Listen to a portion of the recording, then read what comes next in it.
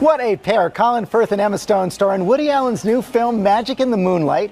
He plays Stanley, a world-famous magician, world-class skeptic. She plays Sophie, a fortune teller on the make.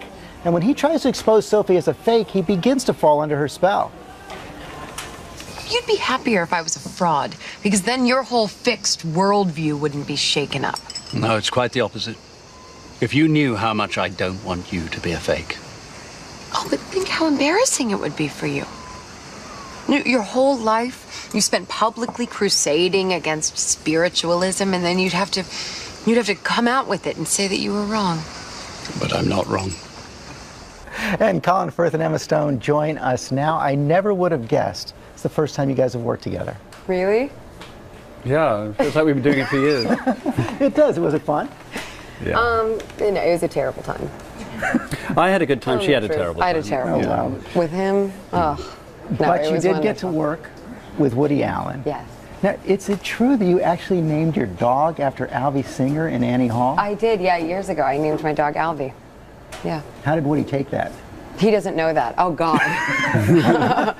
He knows now. Yeah. No, nobody out. Just keep it to yourself. He'll never see this. He'll never see He doesn't watch Woody television. I think we're pretty safe. Your first time as well, is that daunting at all? Yes. Yeah, it's extremely daunting. I mean, he's basically been involved in my entire life since I was 10, you know, from the early stand-up days.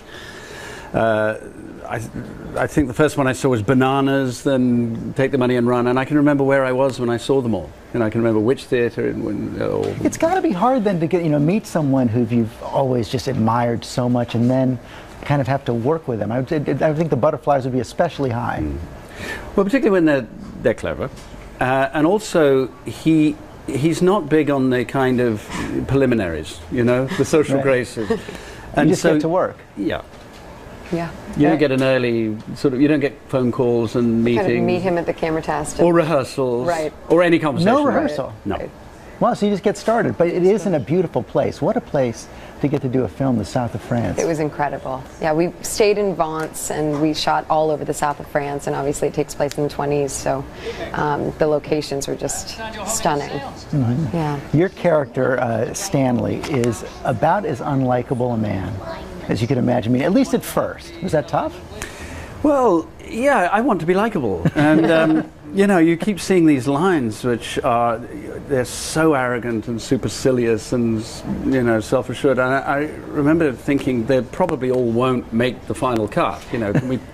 Are we sure? Haven't I just been that mean already in those exact words? And no, he was pretty sure. And ultimately, there's something quite liberating. Right, you just get to let it all hang out, right? Just be as unpleasant as possible and not have to work on the... But you softened him up, and now you're going to work with Woody Allen again. Yeah, right now we're shooting in Rhode Island, so we have a couple days off to come talk about this. Well, I'm glad you did. Magic in the Moonlight opens next Friday. It's a terrific film.